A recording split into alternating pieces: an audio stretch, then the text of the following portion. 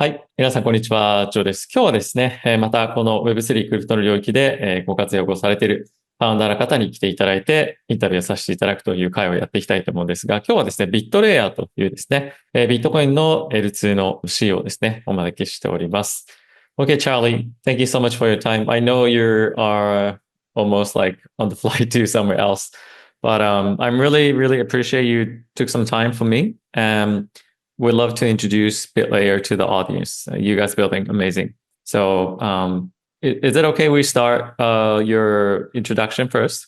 Sure. Thank you. Thank you, Joe. I'm glad that we finally make it. Yeah. Thanks for taking the time and thanks for having me.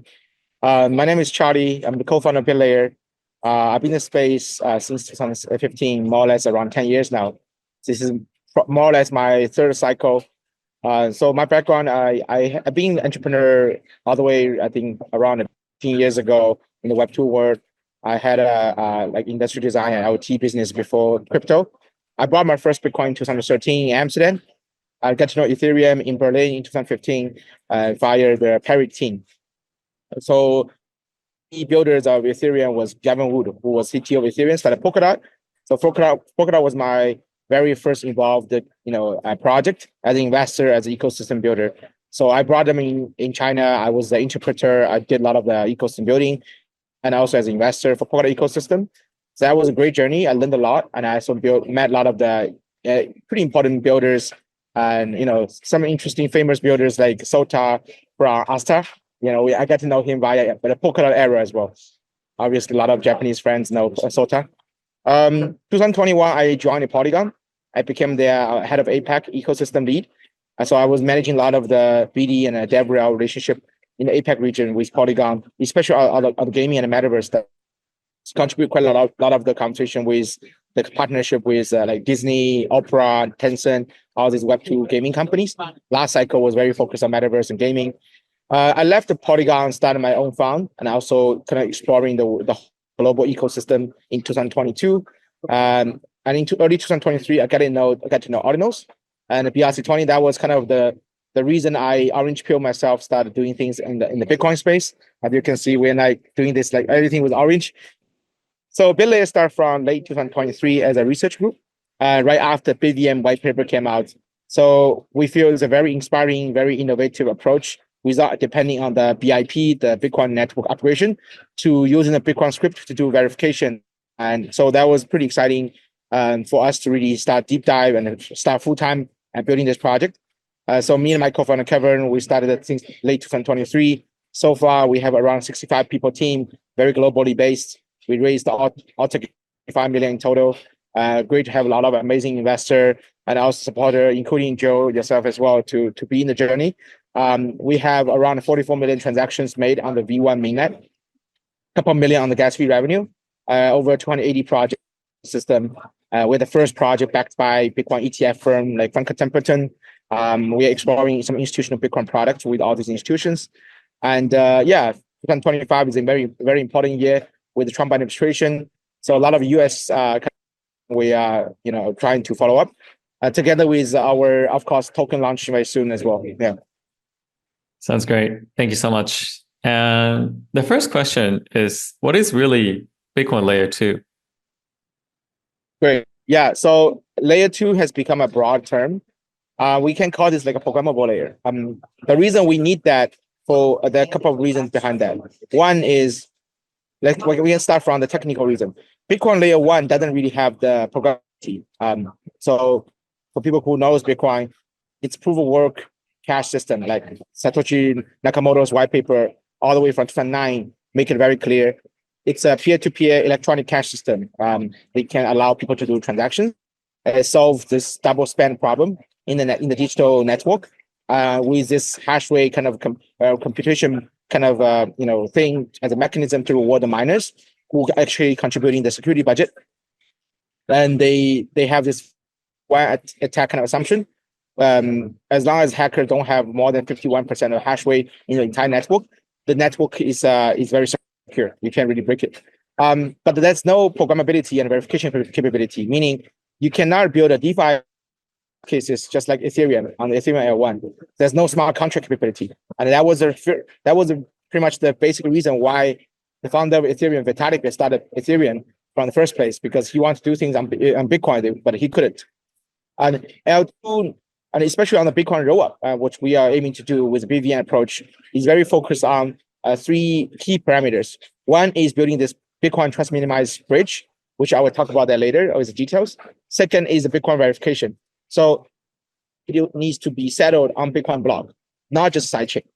So for the people who probably know, there are few Bitcoin sidechains can kind of be in the space for quite a while, like Rootstock, Stacks, and those has been there, but there's very little and the sidechains doesn't really settle their transaction on Bitcoin block. So it's very different security assumption. You need to trust the validator sets in the sidechain is secure.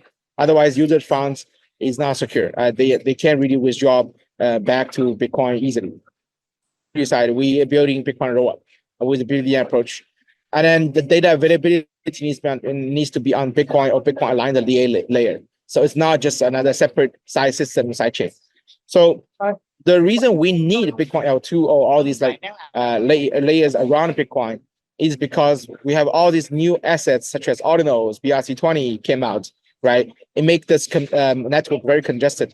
So a lot of people were doing a lot of degen inscribing. They paid a lot of the gas fee on the, but certain performance was bad. You know, it took you 20 minutes. It will take the user 20 minutes to have finished the mint, and it costs you over 10, even some crazy period. Mint period is like over $100 to the mint, right? And it's actually your hard-earned Bitcoin. It's not necessarily the end game for Bitcoin ecosystem, right? They keep just minting all this UTXO, and the UTXO there's no burn mechanism. So whatever assets you create as a UTXO on the Bitcoin network, it's always floating around in the chain, right? I don't think Satoshi never designed in the first place to be like that. We need all the programmable, cheaper, better infrastructure around Bitcoin to facilitate those use cases, but settle on Bitcoin network with Bitcoin security as finality. So that's kind of why we want to build Bitcoin layer 2. I see. Thank you. And now you have a lot of ecosystem projects. And mostly they're building DeFi product or also NFTs, or what are the main use cases for the Bitcoin layer 2 Bitlayer? Yeah, so right now we are very centered around Bitcoin DeFi. We pretty much have use cases across all the DeFi primitives, from stablecoin, RWAs, perp dexes, on-chain option protocol, stablecoins, and some other new primitives as well. We're exploring some new frontier with AI agent and other things. Like NFT, you can say Ordinals is the Bitcoin version of NFT, right? Natively on Bitcoin network. So it's already there. We have some NFT assets as well, but I would say we're definitely not like that centered around NFT as a chain, such as compared to like Flow or some other carriers focused on NFT type of ecosystem. DeFi, we think, is a very strong, high potential. With Bitcoin has the biggest liquidity pool, biggest market cap. But not very few use cases around Bitcoin DeFi has been. So I think it's a huge standing on the giant shoulder on the Ethereum DeFi, but it moved back to the mother chain, to the Bitcoin, sitting on the bigger Bitcoin liquidity to explore that. So that's kind of where we focus. The way we create ecosystem as a growth engine is have this like ecosystem leaderboards. So we sorted out all the top TVL, top transaction, top popularity use cases. Let them have this healthy, but also more kind of multi-part competing kind of a dynamics. And we want to empower, promote the projects actually have the best value for the ecosystem. So we're supporting actively the top ecosystem project to TVLs, to go-to-market strategy, and many other things. And a few of the ecosystem projects in Bitlayer already went in TGE. They had launched their product. They have a decent amount of use cases and introduction already. And we certainly want us to bring more bigger and better use cases in our ecosystem as well. Yeah. Thank you. I think Bitcoin ecosystem, especially L2, was mainly driven in Asian market. But I think since last year, a lot of US institutions or like VCs started investing in Bitcoin layer 2. What was the reason, this dynamics changed? Yeah, we are backed by Franklin Templeton, Polychain Capital, Framework Ventures, Bitcoin Magazine, many other US VCs. The US institution DeFi narrative has been very strong in the last 6 months, especially. I was personally in New York in the Digital Asset Summit. It was an amazing conference, very centered around all the institution, head of Web3, head of an institution, head of digital asset kind of people talking about narrative. I think three main triggers. One is last year, SEC approved the Bitcoin ETF, right? That just bring sheer amount of new capital, new liquidity to the Bitcoin space, holding Bitcoin assets through the ETF mechanism. And big institutions like BlackRock, Franklin Templeton, Fidelity, Grayscale have been, just bought a lot of the Bitcoin spots. It was billions of dollars. So that's just sheer amount of new cash and new liquidity into that eventually drive the Bitcoin price to 100K, which is a historical, and many other things. The second thing I think definitely is Trump administration, right? Last year in doing Bitcoin Nashville, Trump actually a very exciting speech about he wants to make Bitcoin as a strategic reserve. They want to find a budget neutral way to get more Bitcoin as a strategy as well. And they want to have less red tapes, less all this regulation fear to other crypto companies. And, especially the ones that have solid use cases. It definitely brings a lot of the founders and the builders, investors back to the United States to explore. That's very helpful, especially Bitcoin. It's a commodity. It's something a lot of institutions now feel more and more comfortable to put them on the balance sheets, kind of learn the model similar as like MicroStrategy is doing on the company, and also issuing some kind of Bitcoin yield-bearing products on the sales side as well. Exploring some kind of tokenization. So it's definitely very centered around institution now, and I think this cycle. There's just also very few new innovation happened in the crypto bro, the small inner circle in the crypto native space. All right, last cycle we have NFT, we have gaming, we have metaverse, we have social fi, we have play to earn, we have access to earn, and we have like privacy, many other new use cases. This cycle, a lot of those use cases are already being there. The only one which kind of exciting and also make people feel there's a volume of huge transaction momentum is AI agent, right? That's an interesting trend.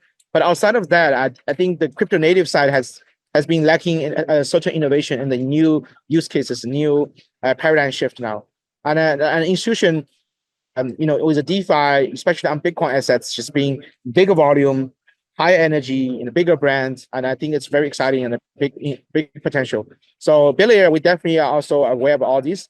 We're trying to work on all this institution. We are working on our Bitcoin yield-bearing product, a ETP product, a single token trust product, together with all the issuers and the institutions. We are actively exploring the collaboration with Franklin Templeton, not just our investor, but also our partner on the money market fund. We onboarded on Coinbase Prime and many other custody, which is institutional friendly. And I think those are the new type of users we want to engage. While we have all these like DeFi users, builders, which are Web3 native, that's kind of the hype model we are growing the ecosystem. Yeah. Thank you. And I feel like your project Bitlayer is ahead of other competitors in terms of integrating institutional ecosystem. What are the reasons why you're focusing on the US investors or US project? What are the behinds? Yeah, great question. I think it was really, for us, I feel it's very obvious. I worked in the United States before. All the conversations with all the institutions, I had that when I was working in Polygon and Polkadot already. 2021 and 2018, the previous two cycles, they are not ready, right? But some of those have been, doing research about, all the Bitcoin stuff, all the Web3 infrastructure for a while. And I think this cycle is really the good time for them to get involved, especially with the ETF. So, we started talking to all the institutions, especially Franklin Templeton, early last year, during the time we were, fundraising and also launching our Vivo mainnet. And it was kind of also a luck. We pitched to the digital asset team across all these ETF issuer team at the right time. And we were very close to a few other institutions as well. But Franklin Templeton eventually moved the needle and decided to lead our round. So that's definitely made us in a good position. And since then, we have been actively designing some kind of a yield-bearing product, which can be institutional user-friendly to them. So since we got invested by Franklin Templeton last year, we've been actually exploring all the institutional Bitcoin yield-bearing product. And that's actually the reason I was in New York. I thought you were there as well. The Digital Asset Summit was a very high quality.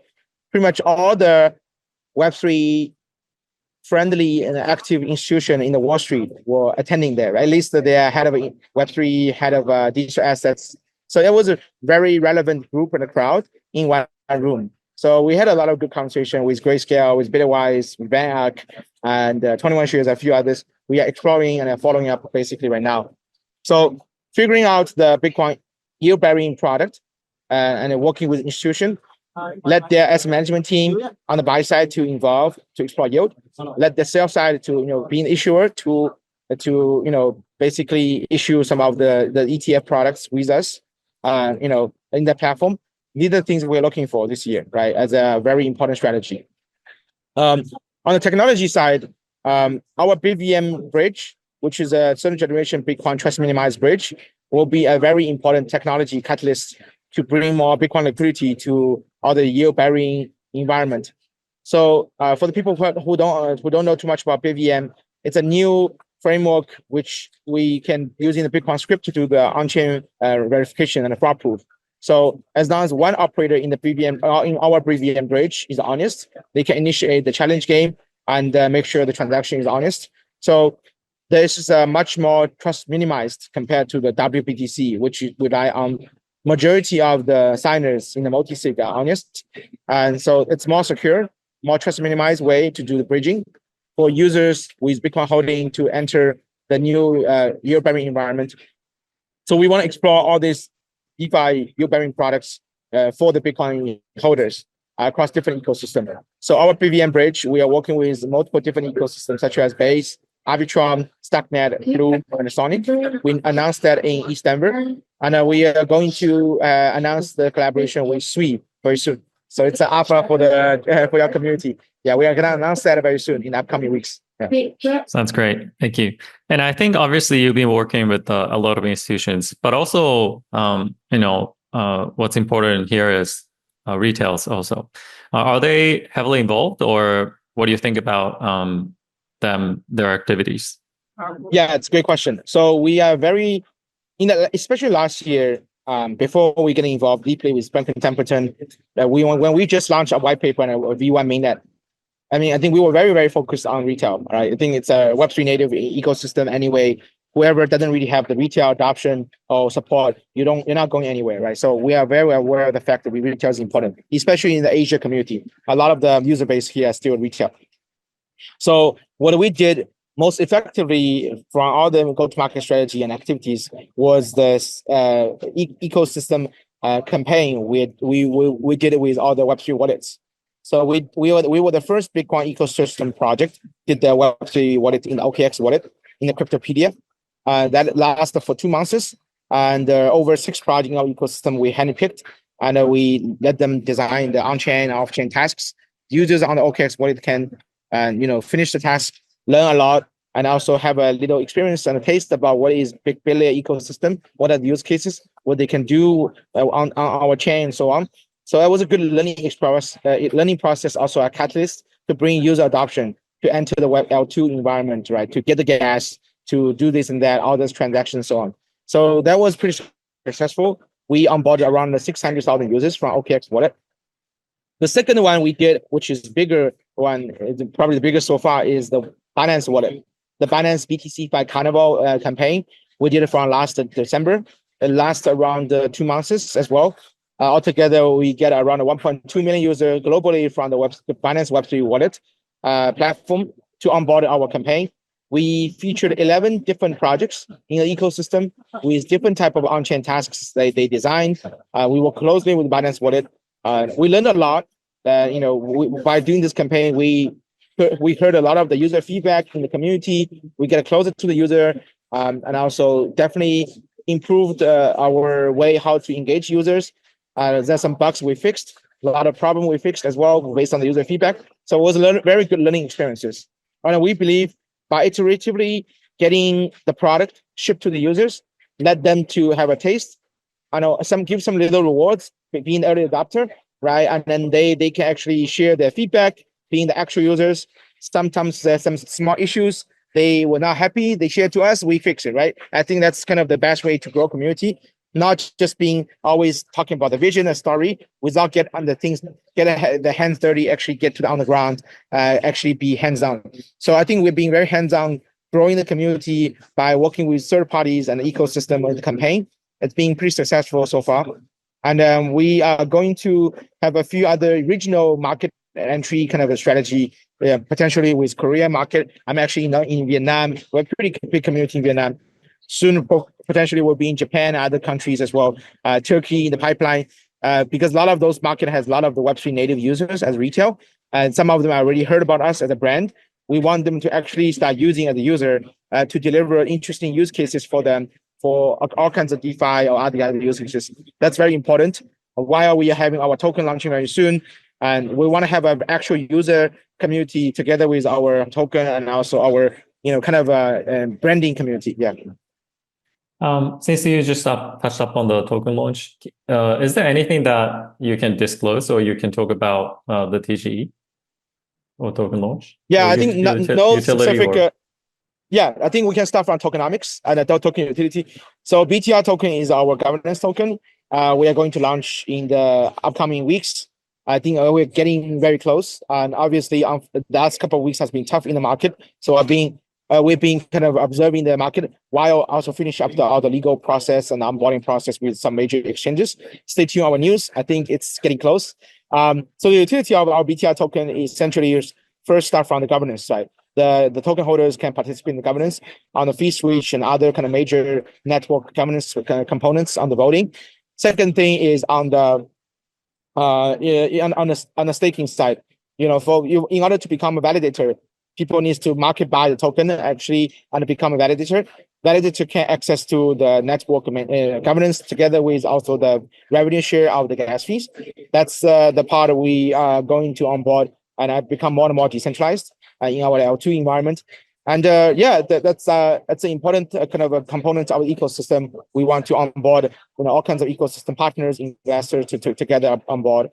In terms of the TGE and other details, I think what I can disclose is we are actually in the right track to talking with some very major regulated, compliance exchanges, which are very institutional friendly. That's very fitting to our long-term strategy, because we want to deliver this value, this layer of infrastructure around Bitcoin assets, around Bitcoin network to the institution, to the DeFi native user as well. So these are the platform we're engaging. And so we're taking the time, and for a lot of community members has been kind of actively pushing us, and some of them have been a bit anxious. We're pushing for the TGE. What I would say is we are working hard to make sure this happens. We're not necessarily intentionally delaying, but we want to make sure it's a successful launch at the right timing. But it's coming soon. Yeah. Sounds great. Other than or after the TGE, what are the roadmaps ahead? I know you kind of touched briefly, but it'd be great if you can again. Yeah. Thanks for asking. TGE is just one milestone, right? It's not the end of the journey. It's actually the beginning of the very interesting journey along the ways. I would say my personal experience with Polkadot with Polygon was actually post TGE. So I had a lot of experience on the post TGE side. I'm pretty excited to get on that next chapter. So yeah, we have the V2 mainnet, which is the Bitlayer rollup, very important roadmap on the technology side we're launching, empowered by BVM. We finished up the auditing. We're launching the verifier component. That's a very important technical milestone we're launching and we're delivering to the community, to the industry.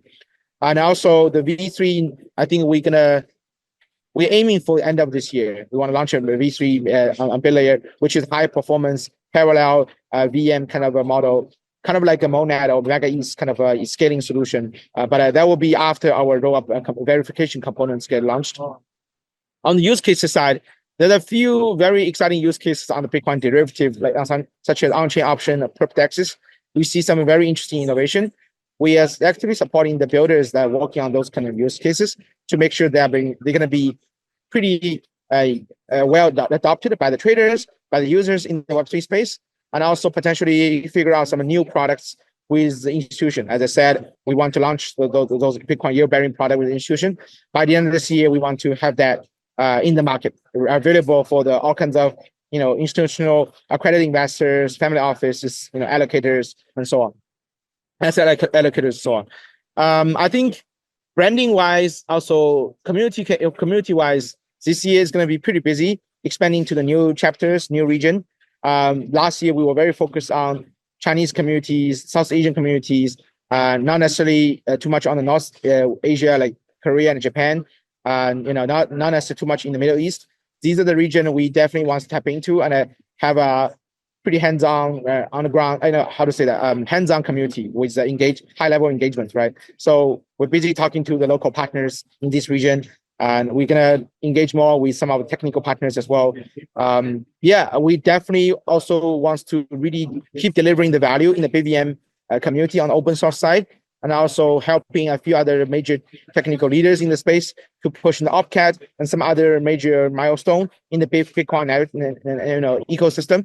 We will be speaking at a few technical core conference, such as Bitcoin++, TEFCOM, and a few other Bitcoin Magazine conference, such as Bitcoin Las Vegas, and so on. So it's going to be an exciting, busy year, even post TGE. So again, TGE is just a little chapter. It's not the end of the journey. It's actually the beginning of a more exciting journey. Yeah. Sounds amazing. Thank you. And I think you have to kind of run for the flights. But before we go off, is there any comments that you can make to the audience or anything you want to kind of highlight? Yeah, first of all, thank you, Joe, for the interviews. Thanks for the support and everything. It's great to work with you and many other, OGs and leaders in the space. For me, I have to say, building things around Bitcoin is very challenging technically, but very rewarding and it's very inspiring. Bitcoin is here to stay. Bitcoin DeFi has huge potential. We want to offer these use cases for all the Bitcoin users and holders, including myself.